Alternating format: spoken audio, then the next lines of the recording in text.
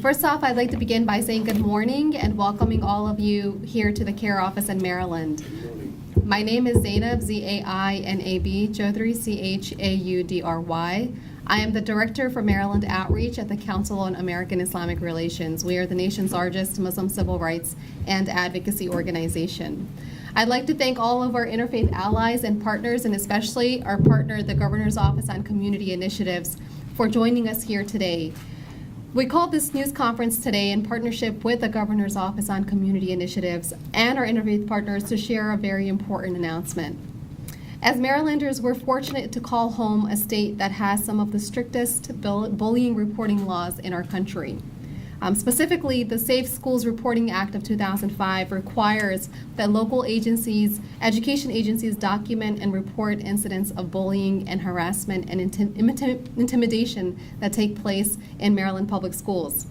According to the 2018 Maryland Department of Education report to the Maryland General Assembly, the 2016-2017 report indicated over 6,000 bullying incidents took place in Baltimore, in Maryland public schools during the 2016-2017 school year.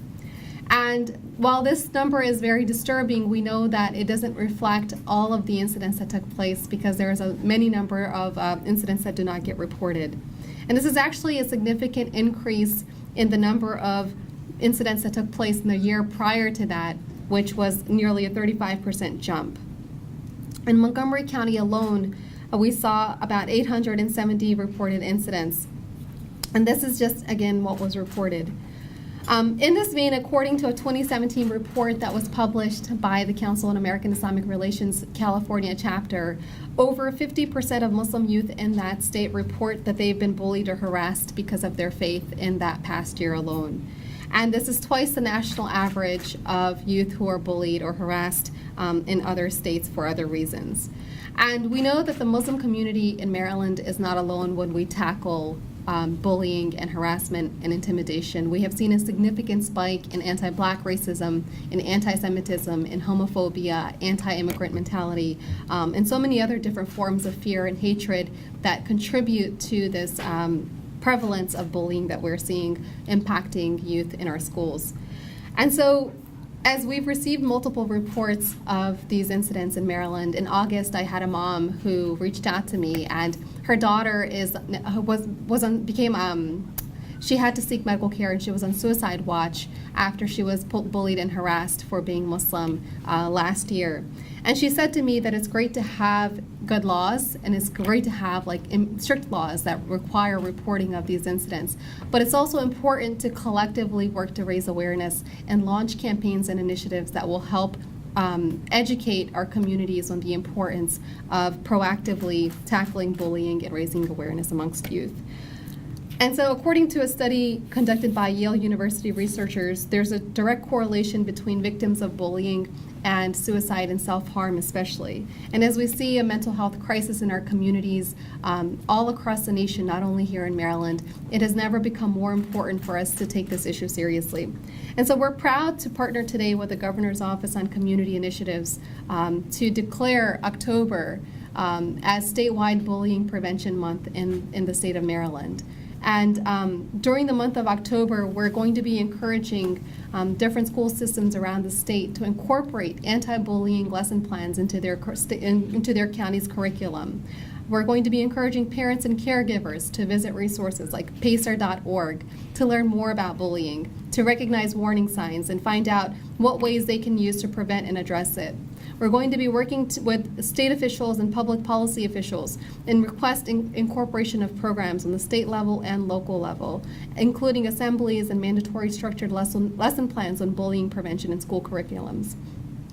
We're also going to be working on developing a toolkit for community use, and that's going to include helpful resources and includes like an anti-bullying pledge that we're going to encourage different schools systems to incorporate within their lesson plans. We urge that the Maryland State Department of Education revisit its bullying prevention training for educators specifically. And the reason I say that is because while the vast number of reports of bullying come from peers, we have received a spike in the number of reports of bullying of youth specifically that are perpetuated by educators and administrators and officials who are in positions of authority. And it's so important to require accountability and demand that there is training that's comprehensive and that tackles a lot of the phenomena that contributes to this kind of harassment and mistreatment of children. So we're encouraging the Maryland State Department of Education to work with educators, work with different school systems to incorporate mandatory diversity training and to use evidence-based research and best practices for bullying prevention into its existing model. We feel that there's ways that we can build on that and we can improve on the work that is, the very important work that is being done. We strongly feel that no child should ever feel targeted or unsafe in school. And we hope that this month-long campaign in October will help raise awareness, reduce the incidence of bullying, and provide peace of mind to many families who are impacted by this issue. With that, I would like to turn it over to my friend and our partner, Mr. Steve McAdams, who is the Executive Director of the Governor's Office on Community Initiatives.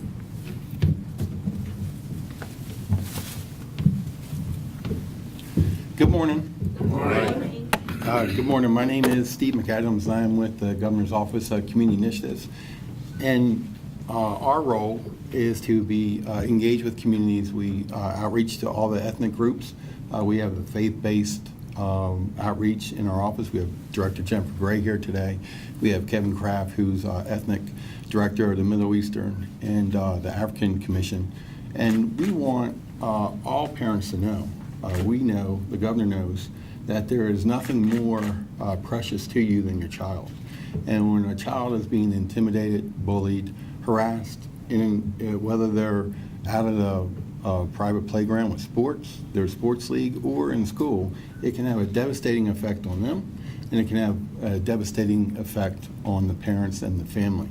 So we are very grateful that no matter what the state legislature and the governor try to do to try and bring about change and hold accountability, there's no impact that can be made as great as when the community members come together and use this as a message to talk to their congregations and also talk throughout the community, because that message alone can actually move the needle and get deeper than what we can with legislation. So on behalf of that, I would like to say thank you to all the faith-based leaders here who are from around the state. I'd also like to thank the NAACP for coming, and I'd specifically like to thank Zainab for taking the lead on this and bringing this to the forefront. Today, I would like to present a proclamation from the governor for the month of October for Anti-Bullying Month. It says, from the governor of the state of Maryland, National Bullying Prevention Month, October 2018. Whereas bullying is physical, verbal, sexual, or emotional harm on individuals directed at a person or group of people, and whereas bullying occurs in neighborhoods, playgrounds, schools, and throughout and through technology such as internet and cell phones, and whereas various research has concluded that bullying is the most common form of violence affecting millions of American children and adolescents annually, and whereas thousands of Maryland children and adolescents are affected by bullying annually, and whereas targets of bullying are more likely to acquire physical, emotional, and learning problems, and students who are repeatedly bullied often fear such activities as riding the bus, going to school, and attending community activities. And whereas children who are bullied are at greater risk of engaging in more serious violent behaviors, and whereas children who witness bullying often feel less secure, more fearful, and intimidated. Now, therefore, I, Lawrence J. Hogan, Governor of the State of Maryland, do hereby proclaim October 2018 as National Bully Prevention Month in Maryland, and do urge Maryland schools, students, parents, recreation programs, Religious institutions and community organizations be encouraged to engage in a variety of awareness and prevention activities designed to make our community safer for all children and adolescents. Signed by Governor Larry Hogan, Lieutenant Governor Boyd K. Rutherford, and Secretary of State John C. Williams.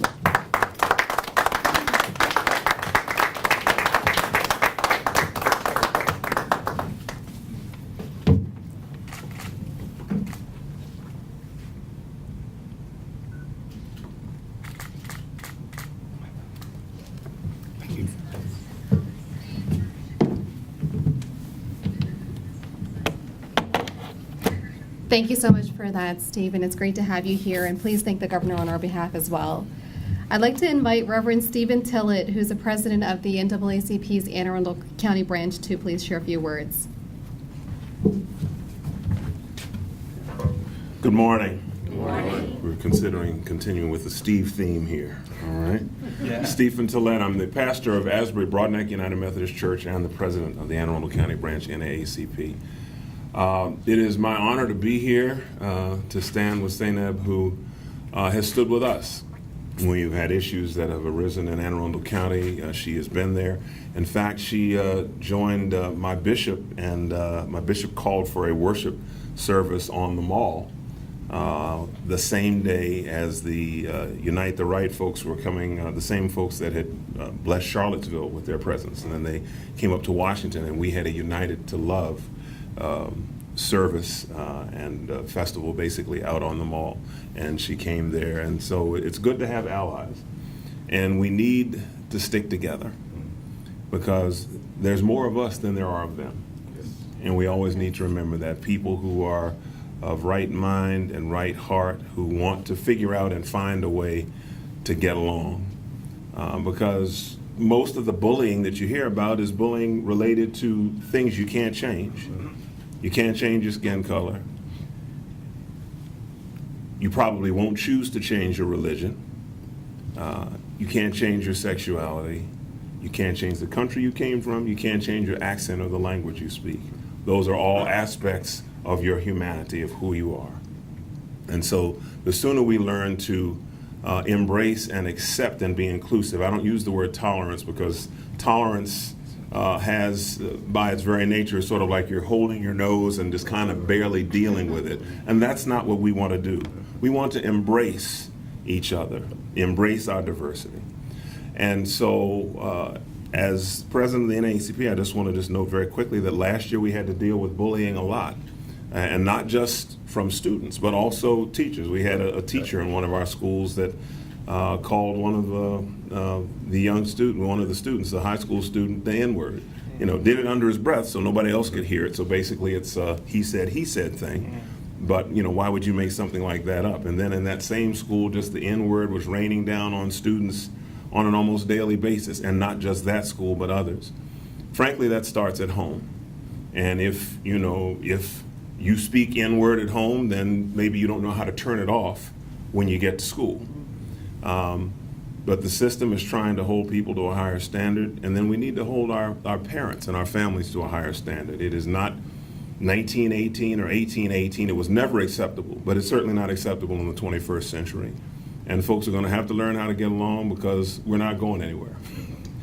And as I indicated when they were talking about having the Muslim registry, I said, well, if they establish a Muslim registry, then the pastor of Asbury Broadneck will be going down to put his name on the list because we're just not having it. So we appreciate your courage and your commitment. I'm grateful to be here with allies of good faith and look forward to doing some great things together.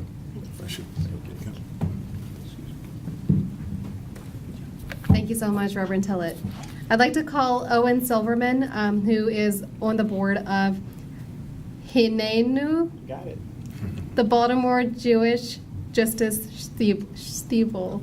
I think I got that right. To say a few words.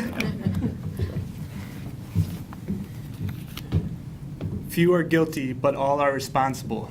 Those are the words of Rabbi Heschel, which he made during the Civil Rights Movement. And I think there's a lot of truth to that. But I also think that in the Jewish tradition, I'm going to disagree with the rabbi. And I think that bullying and violent behavior in general isn't just something that they do, but it's also something that we can start with ourselves as to change it within ourselves as well. And so this morning when I was coming here, I stopped for gas, and someone asked, for some change, and I said, yeah, but could you step back a little bit? And reflecting on that on the drive here, I said, I can do better than that next time. So I think all of us are responsible, and all of us may be guilty, and we all need to do better.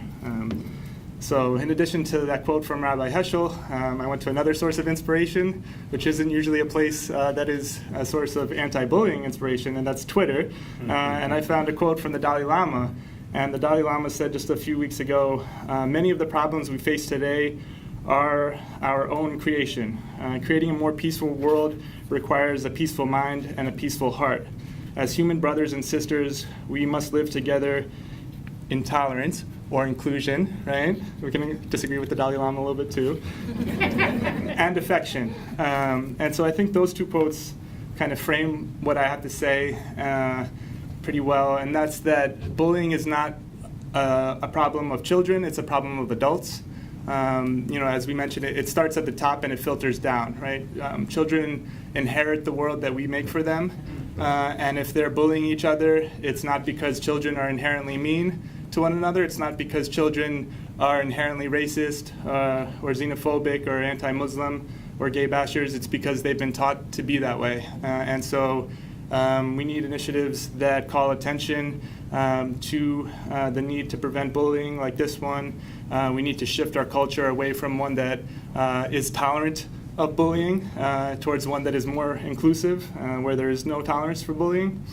And we need to also do the personal work within our own communities, within our own selves, on how to do that. And so I want to commit today as an educator to include more bullying prevention curriculum in the classes that I coordinate at a nearby community college, because I think that our educators, our teachers are on the front lines of the work to prevent bullying. And so not only do we educators need to do better, but I think the more that our society respects and empowers educators, the better it will be for all of our children too. So thank you for the invitation. I'm honored to stand with all of you.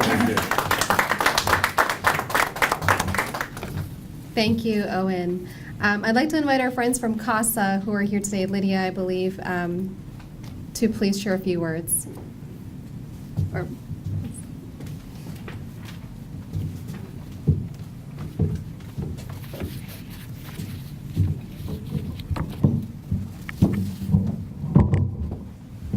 Hello. Good morning. Good morning. My name is Juanita Toro, and I'm a youth activist with CASA. I'm a recent graduate from North County High School, and I'm a proud daughter of immigrants from Central America. First family to attend college in the U.S., and I'm currently finished my first semester in studying to become a criminal psychologist. Through my years in high school, I witnessed countless of acts and verbal abuse, bullying to many of my peers. I watched as many of our ESOL classmates were taunted on the bus in our hallways just because they spoke English with a heavy accent, or still learning the language. In the last 2 years, bullying got worse at my school. It felt personal. I heard my classmates justifying their behaviors of taunting and harassing ESOL students, and many used the same abusive language our current president has used to belittle us. The media also continued to portray our immigrant communities as outsiders who are not deserving of respect. And so many people at my school felt like they now had the authority to treat us in such a disrespectful manner. Yet one morning, on the bus I had enough. I heard the abusive verbal language used towards a classmate, and I chose not to stay silent any longer. I didn't just stand up for my classmates, I stood up for myself. I stood up for my parents, and I stood up for the community. I'm proud to be part of a community organization like CASA and many others who are also standing up with me and fighting back against the bullying. Through CASA Spirits, multiracial youth programming, and diverse students are also working with each other towards finding solutions and raising awareness for the severe consequences bullying has on us. I ask our elected officials and school officials who stand with us and do not allow anyone to stay silent. We need you more than ever. Help us create bully-free schools and ensure students like my ESOL classmates not to be verbally abused because of where they come from or what their media is saying about our community. Thank you. Thank you.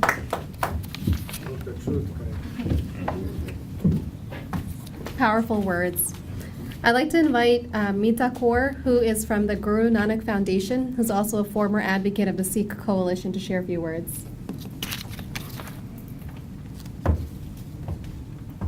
Thank you, Zainab.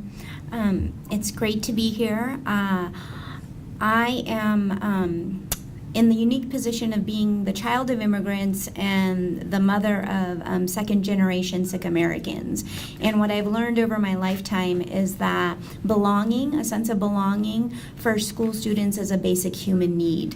When children are spending 10 hours a day either focused on school or at school, that feeling of understanding and acceptance becomes very critical for our daily mental health. And Sikh American children, Muslim American children, African American children, every ethnic and faith community out there, who they are is a very precious component of their being, and it's important that we take the time to understand people for who they are. Studies show that when kids feel accepted and they have a sense of belonging, they thrive as learners. They are more creative. They take on leadership positions at school. They care about their school. They want to see good things happen in their school community. We also know the opposite that holds true. When they are cut off from social connection and feeling a sense of belonging, they develop social anxiety, depression. Some will go to extreme cases of self-harm and suicide. I don't think we want that happening in Maryland. So I implore Maryland superintendents, teachers and administrators to really look into implicit bias training. I think it's critical. Implicit bias involves the assumptions and stereotypes we carry that impact our behavior, understanding, and decisions in an unconscious manner. Media culture and political culture contribute to all of this, and so we may not even know what we're doing. And I think that teachers have the power to empower students to their highest potential or break their spirit. So that power is very important, and they cannot take it lightly. So again, I'd love to see that implicit bias training happening in all Maryland school counties. And I really thank CAIR for hosting this event, and thank you for listening to me.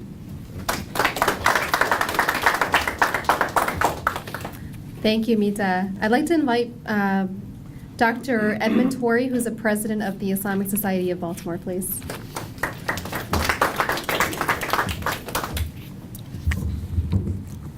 Thank you. And I want to first begin in the name of God, the most gracious, the most merciful, mercy being a key word here. Thank you to the governor's office. Thank you to CAIR. Thank you to all of you for coming out. This is an extremely important moment in Maryland's history. As we reflect on, or as we prepare for a month of bullying prevention awareness, we should realize that we're not limited to the school systems and to where children always are. In other words, as we devote our training and our awareness efforts, obviously we should devote it to schools and to public and private schools, but also there are other communities. There's homeschool, there's rec leagues, there's all of these things. So I want to make sure that we're not limited to those areas. And for those of you who think that this is, for those of you in the media world outside in TV land, don't gloss over this. This is not something that is limited to children, and it's not something that's limited to this one news item and this one proclamation. This is something that each of us contributes to, or in one way, shape, or form. And so we should think about a more comprehensive approach. So what does it look like?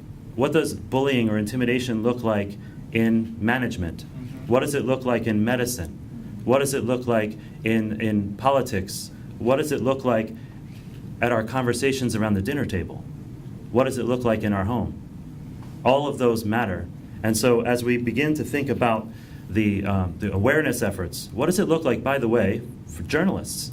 There's a certain journalistic integrity when it comes to suicide.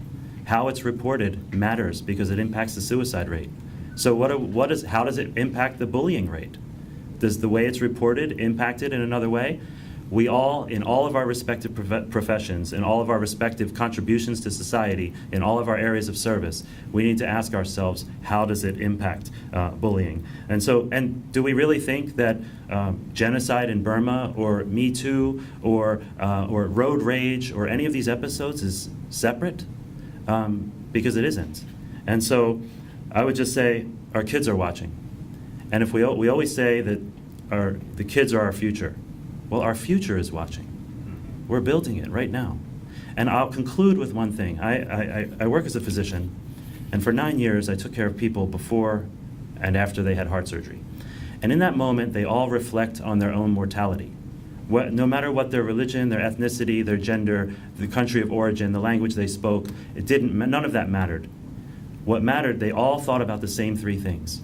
It was God, it was family, and it was how they treated other people. So none of us want to look back with regret. So let's assess all of our relationships and use this month as a means for self-reflection. So thank you.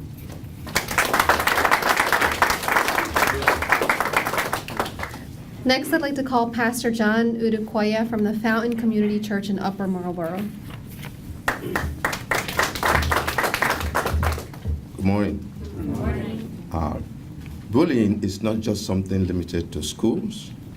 We from the Christian faith community, we see the overflow of effect of bullying in school playing out in churches. For example, there's a young girl, while she was in primary school, she was very smart, brilliant, she was leading the class, and all of a sudden, they picked on her because she was different because of her academic achievement. And they start to mess and tease her because they can't pronounce her last name. And then the bully started and started to spread to the rest of the students who have nothing else to do but to join the bandwagon. And before we know it, I noticed this young girl start to walk with her head down in church. And then I approached her to see that she'd be playing with her fingers, she won't look up, won't establish eye contact. And then when I contacted the parents, they said that bullying has been going on and they've contacted the school, the system, and everything. But as the Lord would do it for her, she got admitted into the Chesapeake Math and IT Academy. So the rest of the classmates couldn't get in there.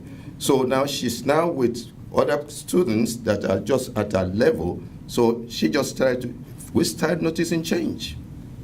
The thing that we suffer most is that we do not celebrate as our diversity. Instead of to enhance it and make it to look as a source of strength, we turn around and disintegrate our society because somebody is just different. And to look at difference, if you look around, nobody is the same like any other person. We are so different the way we are created. If you are tall, they will pick on you. If you are short, they will pick on you. If you are light, they pick on you. If you are black, they pick on you. So there's always need to pick on somebody, and those that they pick on are those that are in the minority. So, and this is not the way the country started. So we need to bring together our diversity and use it as a sense of strength rather than as a means to pick and tear down on people. Now, another important part that we have noticed is that charity begins at home. And we've seen this play out so many times. The most powerful tool you can use to train your children is your very self. And whatever you do at home is what they carry and they reproduce in the church, in the school, in the community. And so hatred and all this discrimination, a lot of times started at home. And to the victims of bullying, there is something about you that's so unique they do not have. That is why they come after you. So don't let it go down. Actually, it should not. There's no tolerance with bullies. 0% tolerance. And if the educators, and I've had other cases where educators were the ones that are really perpetrating this thing, they will call your name in a funny way and the class will laugh. And they become the champion leading discrimination just like we see it happening all over the place.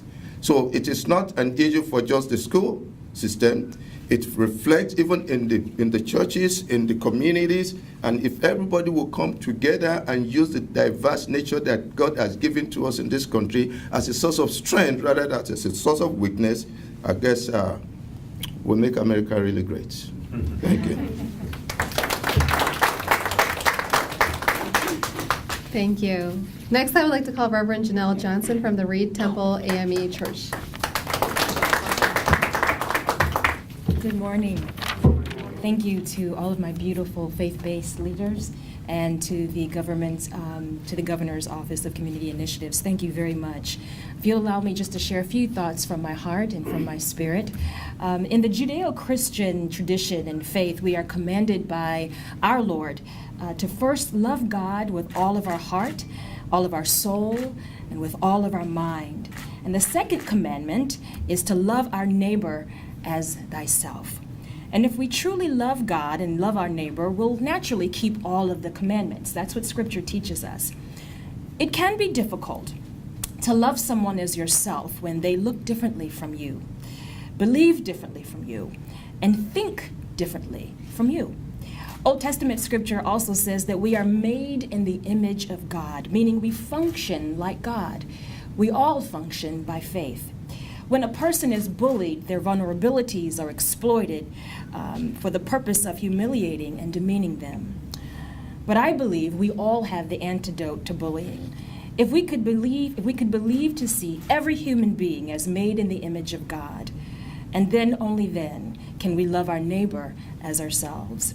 So let us all rise to the occasion today and every day to walk in faith, where we seek to heal our brother and sister's wounds, cover their vulnerabilities, and help them see that they are indeed made in the image of God. Then and only then will we live in the privilege of honoring the second commandment, to love our neighbor as ourselves. God bless you.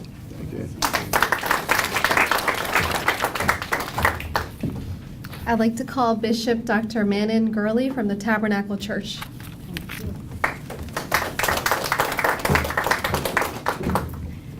Good morning, everyone. It's a pleasure to be here with you. We love people, we love God. We are different, but there is unity in diversity. And we are here for one purpose today. It's for prevention, for bullying. We do understand that this is a factor which is not new. It has been there for a long time, forever. But it has escalated, and sometimes it stems out of ignorance. You know, we must love, respect, and accept. And unless we get to the place of loving people, you will not fully respect them and accept them.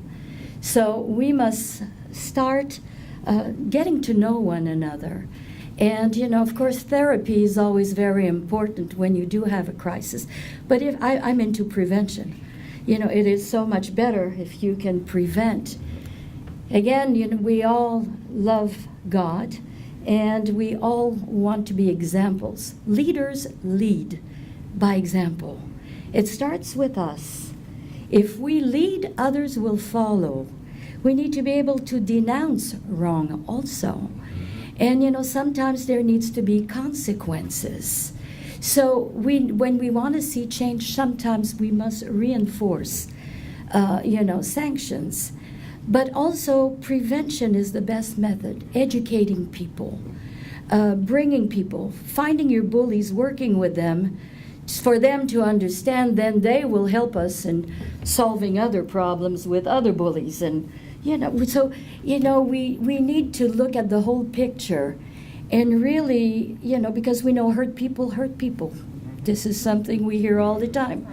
And, sometimes, you find out that there's a lot more if you peel the different layers. In 2001, when 9/11 occurred, I'm in Laurel, Maryland. This is where our headquarters is. Many of the suicide bombers chose Laurel. And I want to say that they went to our Giant store, they went to our gym, they were right there where we were. And the mosque, which is not very far from us on County Road, I want to say that they had received threats, and my husband, who was alive then, decided to phone the mosque and to speak to Imam Javid. And he spoke to him, and he told him, "Are you okay?" Because remember, back then, people could not make the difference between a suicide bomber and, mild-mannered Muslim. They didn't know the difference between Sikh or others. They didn't know. And what happened, even people who worked at the government level, who were Iranians, were almost ran over on the sidewalks. And all of that because of ignorance, and people were hurting. So hurt causes a lot of reactions. We reached out to them, and we invited them at our church. And the Laurel Leader, which was our local newspaper, the picture of the year was the Muslim congregation in evangelical Christian church. And, here we were gathered together and, in one place, and we were making a statement that even though we disagree, we may never believe in the same way, but we still must love one another and we must embrace one another. So I say that we are people who can make a difference. I thank Governor Hogan and also Lieutenant Governor Rutherford and their fantastic team who have been doing so much work here in making a change in Maryland and improving. But prevention is the best thing. Recognizing is a great thing, and I really look forward to having more information so we can better equip leaders so we can walk on this journey together. Thank you.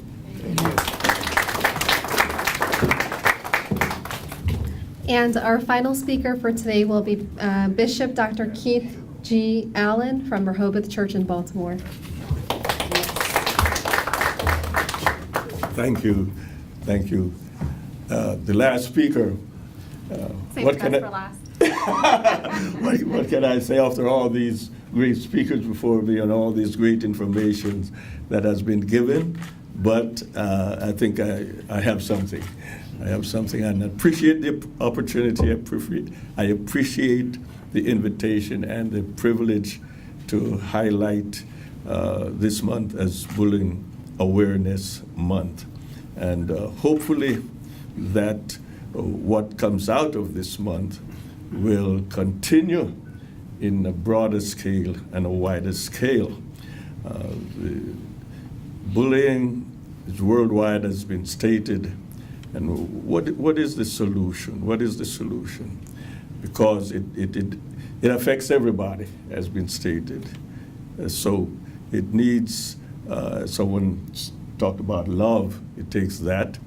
And I was thinking and reflecting and past history. And I looked at nations that bully nations, right? And cause great devastation. And I see the effects and the after effects of that. We look at the nation of Japan, Germany, that were devastated by war. You could say that was a type of bullying because the greater nations, but they rallied. And look at Japan today, look at Germany today. Great powers. Why? Because a great effort was put out, expenditures of monies, time, people to effect change and development.